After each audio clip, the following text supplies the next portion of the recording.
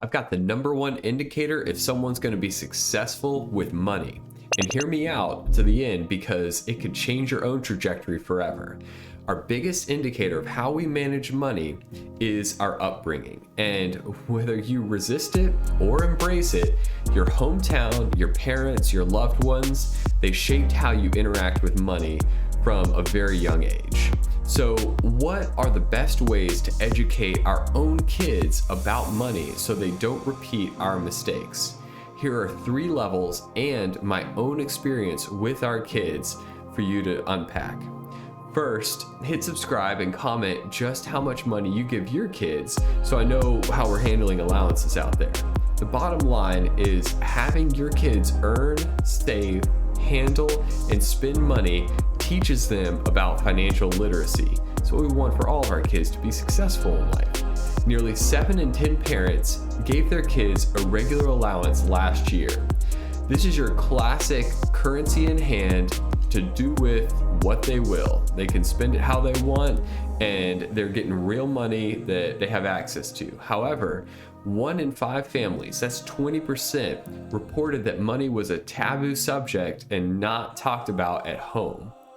That's probably some families out there that give their kids an allowance and not a healthy space to talk about money and how they actually use it.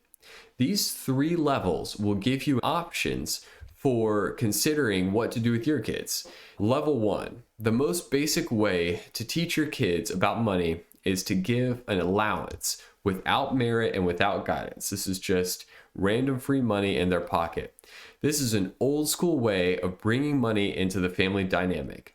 Your kids get a few bucks on a regular basis just for breathing. This, coupled with little to no oversight on what your kids do with the money, is barely better than doing nothing at all. Level 2 of the 3 methods of teaching your kids about money is for them to earn allowance and thus freedom. Now, earn is the key word there. This is the most common approach I've seen these days with most parents, especially out there on Pinterest and mommy blogs. Think of a chore chart where there's an economy of tasks and financial rewards for completing those tasks. This provides an incentive that can be motivating to kids towards owning their own goals and making money. But with great purchasing power comes great responsibility. And that takes us to level 3. And this is my approach for teaching kids about money.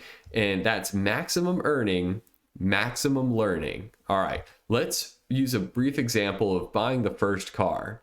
When the day comes, it'll take a lot of lawns mowed to even get a down payment together for a vehicle if you're going to have someone try to earn the money to make all their purchases.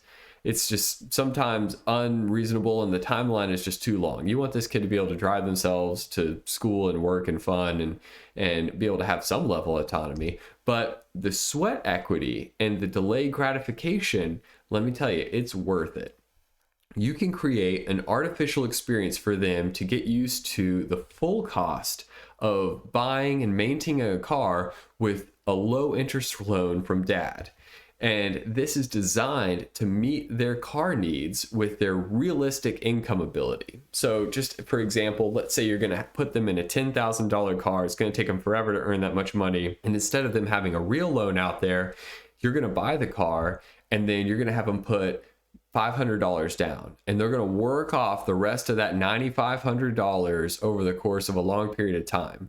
And that's going to be motivating because they're going to learn, maybe it's 1% interest. They're going to learn what interest is.